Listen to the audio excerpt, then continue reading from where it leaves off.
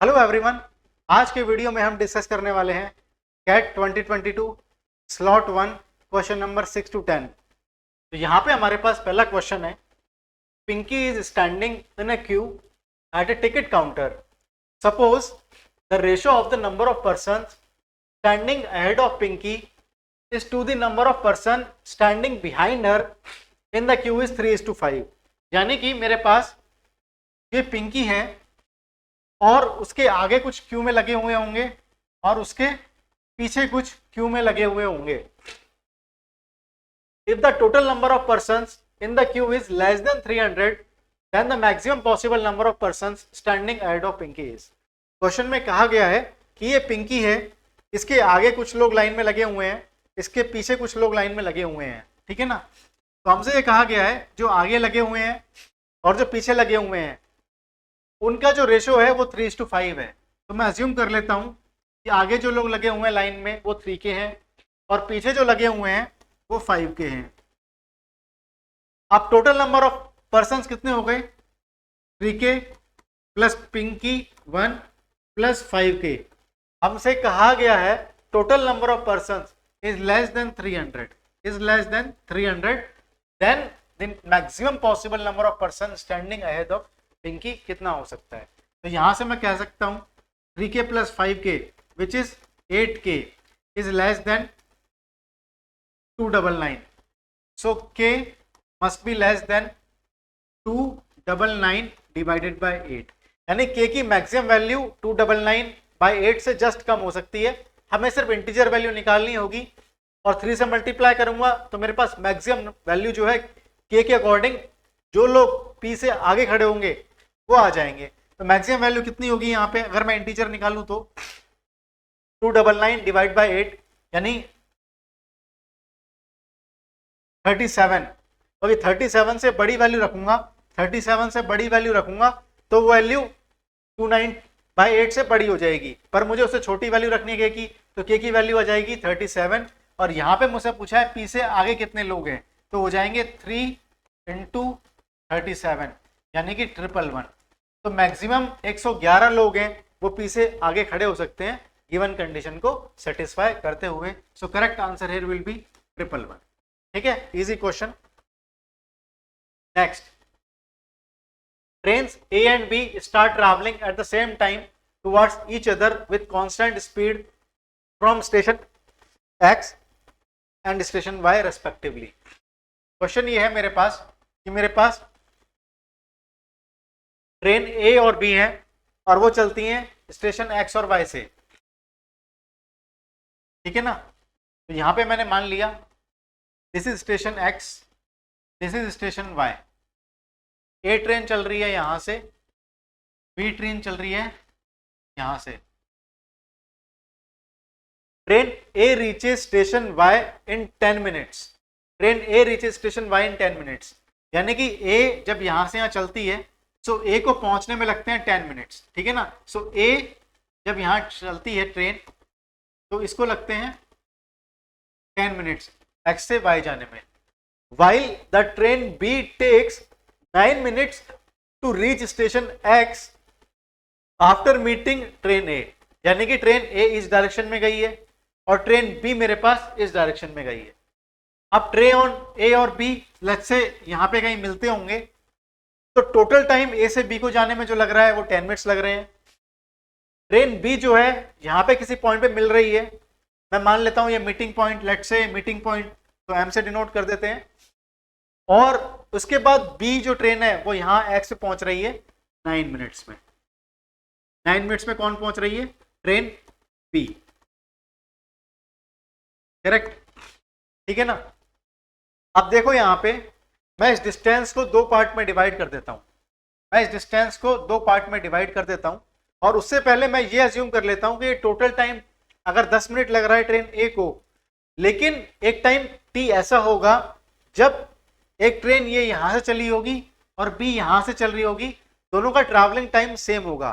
कहने का मतलब ये है जब 2 ट्रेन अपोजिट एंड से चली हैं और आपस में मिलती हैं तो दोनों का ट्रैवलिंग टाइम तो सेम ही रहता है, ठीक है ना। दोनों की स्पीड अलग है, दोनों की डिस्टेंस ट्रैवल अलग है, बट दोनों का ट्रैवलिंग टाइम सेम रहता है। तो मैं मान लेता हूं ए को एम तक पहुंचने में जो टाइम लगा है वो टी लगा है, ए को एम तक पहुंचने में जो टाइम लगा है वो टी लगा है, और ट्रेन बी को एम से एक्स पहुंचने में जो टाइम लगा है वो मेरे पास 9 मिनट्स लगा है। क्वेश्चन में क्या है गिवन है बताता हूं मैं आपको। क्वेश्चन में गिवन है एम से एक्स तक जाने में ट्रेन बी को लगा है 9 मिनट्स।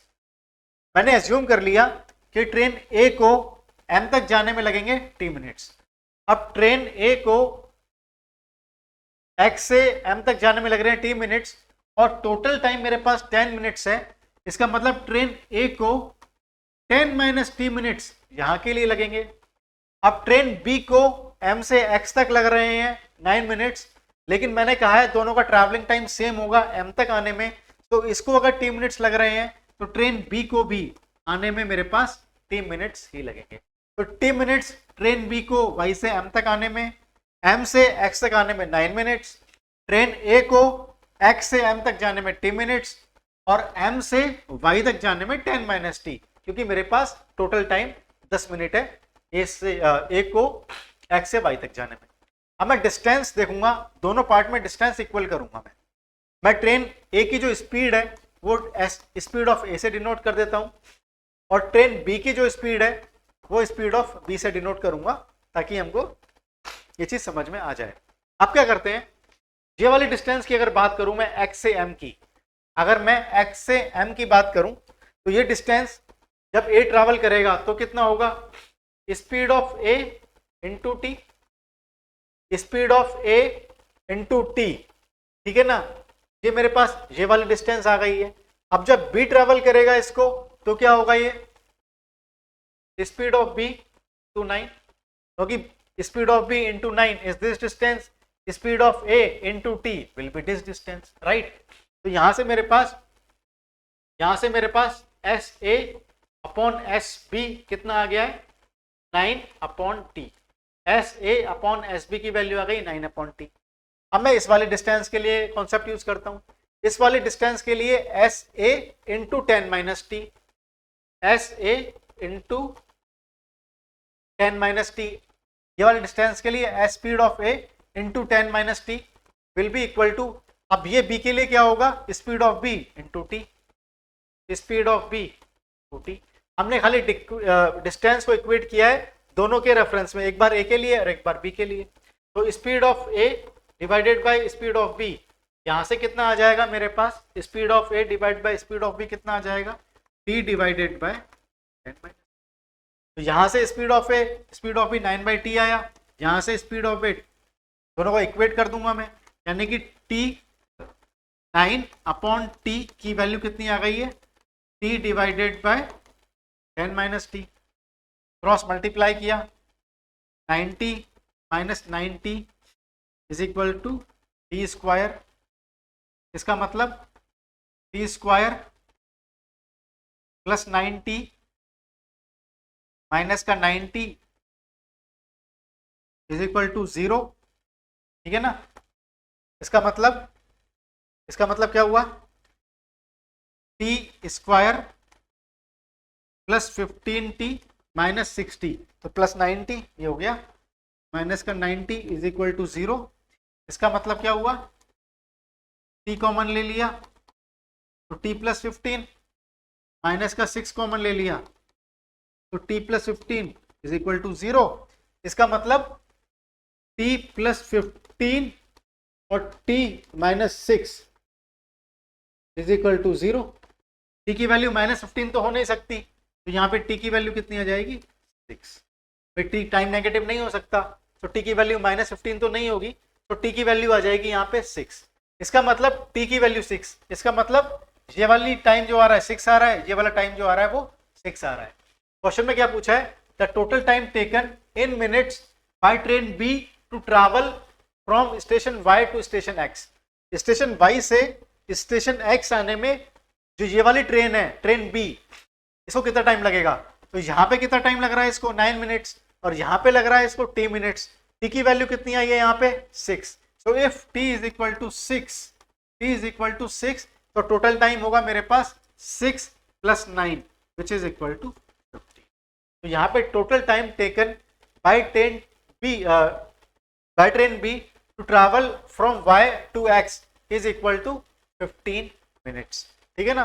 तो बेसिक हमने कुछ भी नहीं किया है यहाँ पे, खाली दो डिस्टेंस को, जो ये वाली डिस्टेंस और ये वाली डिस्टेंस जो है, उसको दोनों के रेस्पेक्ट में एक बार a के हिसाब से और एक बार b के हिसाब से हमने यूज किया है और हमने t की वैल्यू निकाल ली है और रिक्वायर्ड आंसर हमारे पास 15 आ गया। Next question, the average of 3 integers is 13।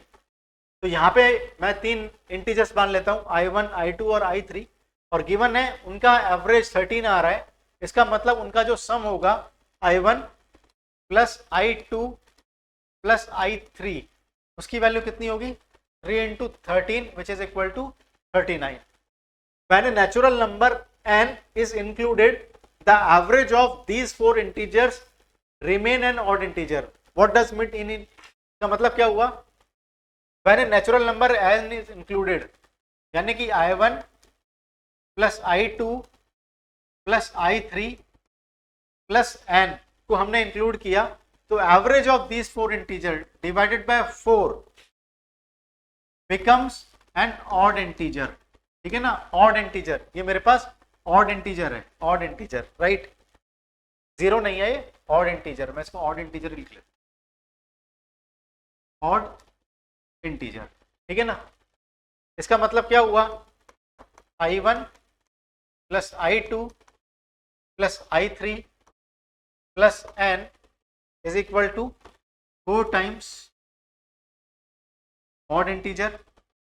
यहाँ पे i1 plus i2 plus i3 की वैल्यू है मेरे पास 39, सो n की जो वैल्यू आएगी वो होगी मेरे पास 4 टाइम्स ऑड इंटीजर माइनस 39। ठीक है ना। अब हमसे क्वेश्चन ने पूछा है the minimum possible value n, n की हमें मिनिमम पॉसिबल वैल्यू निकालनी है। अब n यहाँ पे कंडीशन भी है कि n is a natural number. अगर n नेचुरल नंबर होगा इसका मतलब एक पॉजिटिव इंटीजर होगा। अगर ये पॉजिटिव इंटीजर होगा और पूछा है मिनिमम वैल्यू ऑफ n, तो मिनिमम वैल्यू n आएगी जब ये वैल्यू मेरे पास पॉजिटिव होगी और ऑड इंटीजर के लिए। ठीक है ना। तो अगर मैं लेट्स से यहाँ पे वैल्यू 9 रखता हूँ, 9 रखूंगा तो 9 इंटू 4 36 माइनस 39, ये मेरे पास नेगेटिव वैल्यू देगा। तो ऑड इंटीजर जो मिनिमम पॉसिबल होगा इस केस में कितना होगा? एंड ये ऑड इंटीजर जो आएगा वो 11 आएगा। भाई 10 तो हम रख नहीं सकते, 9 रखने पे ये चीज -3 आ रही है, नेगेटिव आ रही है। तो अगर मैं ऑड इंटीजर की वैल्यू 11 रखूंगा, सो 4 into 11 minus 39, 4 into 11 will be 44 minus 39 5। तो n की जो मिनिमम वैल्यू पॉसिबल होगी यहाँ पे वो होगी 5। To satisfy all this conditions the minimum value of n possible is 5 if n is a natural number and satisfy all the given condition। ठीक है ना। तो अगेन वेरी इजी क्वेश्चन, कौन सा ऑप्शन हो गया यहाँ पे? The option here will be the correct answer. ठीक है, चलिए नेक्स्ट क्वेश्चन है हमारे पास। Ankita buys 4 kg cashews, 40 kg peanuts and 6 kg almonds when the cost of 7 kg cashews is the same as that of 30 kg peanuts और 9 kg almonds। Question में क्या given है हमको कि अंकिता ने कुछ कैश्यूज खरीदे, कुछ 4 kg, ठीक है ना, उसने कैश्यूज खरीदे ठीक है ना, पीनट्स खरीदे और ऑलमंड्स खरीदे, क्वांटिटी गिवन है। मैं मान लेता हूं कि कैश्यूज का जो कॉस्ट प्राइस है वो है मेरे पास सी रुपीस पर केजी, कॉस्ट प्राइस की बात करूं तो मैं। पीनट्स का जो है वो है मेरे पास ₹3 पर केजी, और ऑलमंड्स का जो है वो मैं मान लेता हूं ₹1 पर केजी मेरे पास प्राइस है, कॉस्ट प्राइस। क्वांटिटी कितनी है? 4 kg। तो ये हो जाएगा मेरे पास 4 kg, ये हो जाएगा मेरे पास 14 kg, ये हो जाएगा मेरे पास 6 kg। तो 6 kg ऑलमंड्स हो गए, 14 kg पीनट्स और 4 kg कैश्यूज। गिवन कंडीशन एक और है मेरे पास, when the cost of 7 kg cashews is same as the cost of 30 kg peanuts, तो 7 kg कैश्यूज का प्राइस कितना हो गया मेरे पास? 7 kg कैश्यूज का price is 7C is same as 30 kg of peanuts, 30P is 9 kg almonds, तो 9A। ठीक है ना, ये कंडीशन और गिवन है मुझे। अब जब भी हम रेशियो प्रोपोर्शन क्वेश्चन भी सॉल्व करते थे तो उसमें हम देखते हैं, हम इस नंबर को एक कॉमन पैरामीटर की टर्म में लाने का ट्राई करते हैं। जैसे आप ये भी कर सकते हो, दोनों को सी की टर्म में ले आओ, या पी को और ए को सी की टर्म में लाने की जगह आप सी और ए को पी की टर्म में ले आओ या ए की टर्म में ले आओ, इस तरह करते थे। या और करके क्या कर सकते हैं, हम यहाँ पे एक कॉमन टर्म और निकाल लेते हैं, के की टर्म्स में एक नंबर मान लेते हैं, ये इक्वल है, यानी कि what I am saying is, एक नंबर मानने के लिए 9 into 7 is 63, 63 30 से होगा नहीं, 18 नहीं होगा, 63 मैं मान लेता हूँ 630 के, इसको मैं 630 के मान लिया इक्वल। ऐसा क्यों किया मैंने?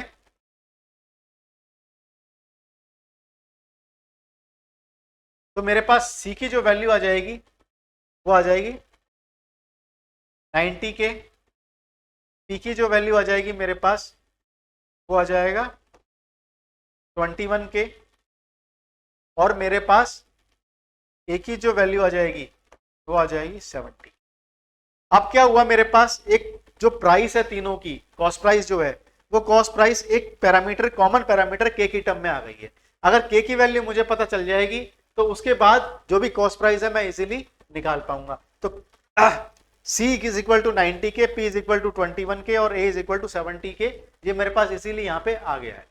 ठीक है ना, she mixes all the 3 nuts, यानी इसका मतलब उसने पास 4 kg, 14 kg और 6 kg इनको मिक्स कर दिया। तो टोटल क्वांटिटी हो गई 4 + 14 + 6 इक्वल टू 24 kg। 24 kg उसके पास नट्स हो गए हैं। And marks a price for the mixture in order to make a profit of 1752, यानी कि उसने उन सबको मिक्स कर दिया और उसने प्रॉफिट चाहा उस 24 kg पे 1752। अब वो जो मिक्सचर बनाया 24 kg का, she sales 4 kg of the mixture at the mark price.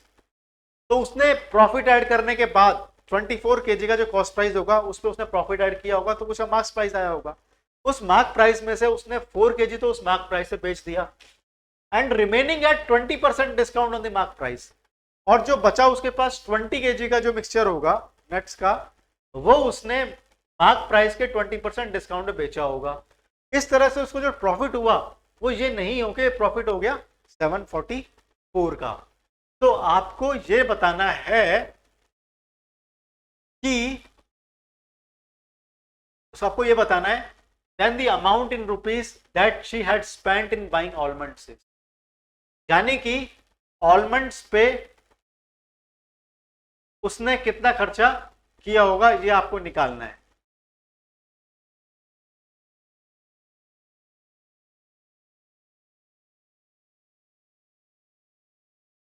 ठीक है, तो जब भी प्रॉफिट एंड लॉस करते हैं हम, तो हमेशा क्या करते हैं, सबसे पहले हम टोटल सेलिंग प्राइस निकालते हैं, फिर टोटल कॉस्ट प्राइस निकालते हैं, सब्ट्रैक्ट कर देते हैं, तो हमारे पास प्रॉफिट इक्वल आ जाती है।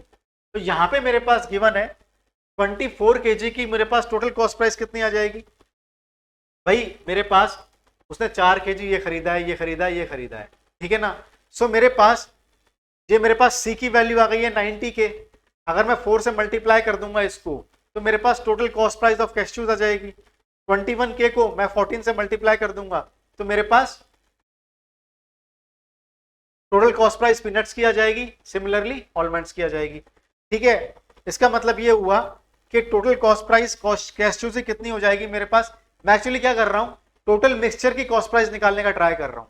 24 kg का जो मिक्सचर है, तो 4 kg कॉस्ट प्राइस कितनी हो गई, 4 × 90 प्लस 14 इंटू ये के है 90 के, 14 इंटू 21 के प्लस 6 इंटू 70 के, 6 इंटू 70 के, ये क्या है मेरे पास, ये टोटल मिक्सचर की मेरे पास कॉस्ट प्राइस आ गई है, राइट। ये टोटल मिक्सचर की कॉस्ट प्राइस आ चुकी है। अब इसमें मैं प्रॉफिट भी ऐड कर दूंगा। ये टोटल मिक्सचर की कॉस्ट प्राइस आ चुकी है, इसमें मैं प्रॉफिट भी ऐड कर दूं, कितना प्रॉफिट चाहिए उसको, 1752, 1752, ठीक है ना। तो इसका मतलब ये मेरे पास मार्क प्राइस होगी, this is the mark price, ये total cost price plus profit, तो ये मेरे पास मार्क प्राइस हो गया। तो ये प्रॉफिट उसको चाहिए था तो उसने प्रॉफिट देखा और ये मार्क प्राइस आ जाएगा। तो टोटल मार्क प्राइस आ जाएगी 24 kgs की। अगर मैं इसको 24 से डिवाइड कर दूं तो मेरे पास मार्क प्राइस आ जाएगी पर केजी, मार्क प्राइस आ जाएगी पर केजी। वो कितनी हो जाएगी मेरे पास, ये हो जाएगा 360 के प्लस 21 इंटू 14, 210 84, 294 के प्लस 420 के, ठीक है ना, प्लस 1752 डिवाइडेड बाय 20। ये वैल्यू जो आ गई मेरे पास, ये मेरे पास मार्क प्राइस पर केजी हो जाएगी। सॉल्व कर लेता हूं इसको मैं, ठीक है ना। 4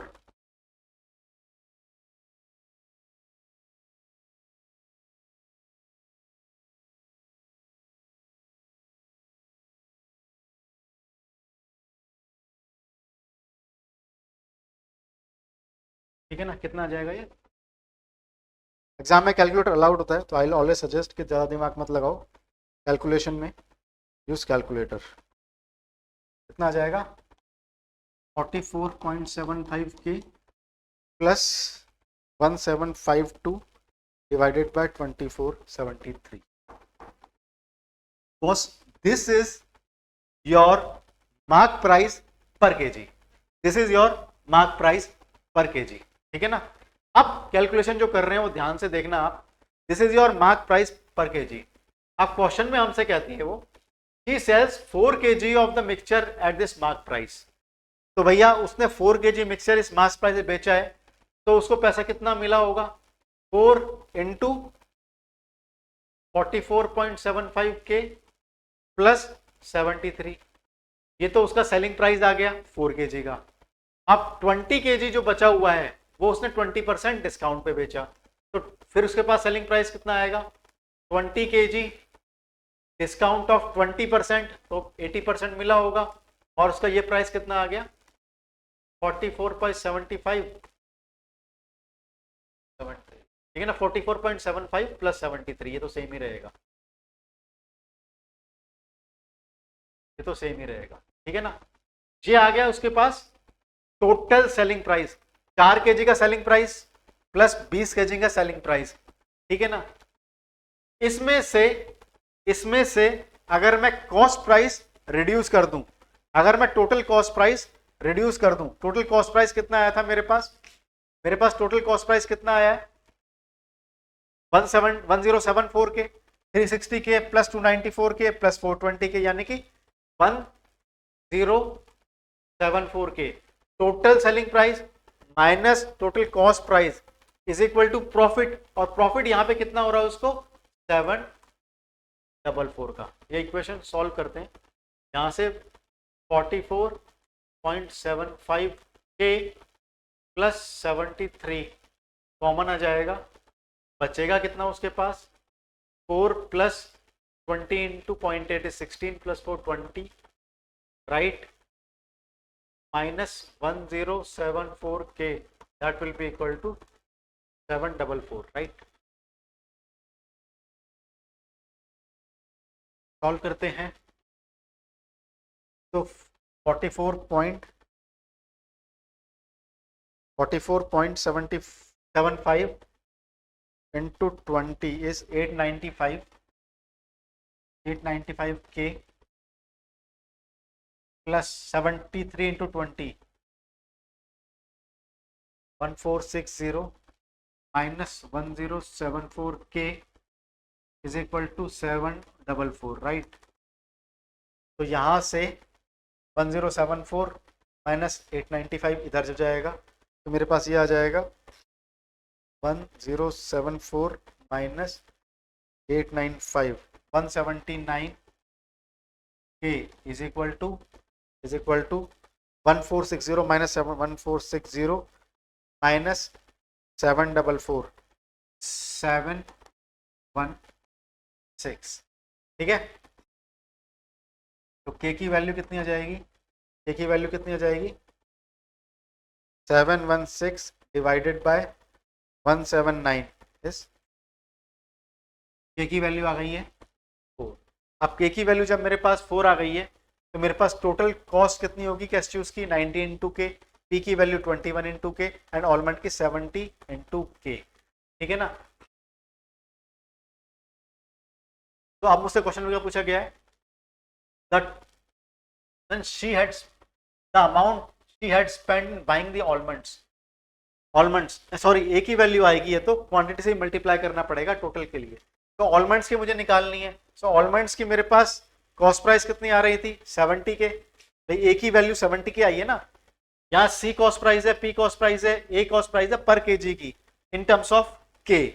अब 6 क्वांटिटी से मल्टीप्लाई करूंगा, यानी 6 से मल्टीप्लाई करूंगा तो टोटल मेरे पास परचेज कॉस्ट आ जाएगी, तो 70 के इंटू 6, 70 के इंटू 6, तो 70 के की value 4 into 6 is the total amount spent in buying the almonds. कितना हो गया ये 42 4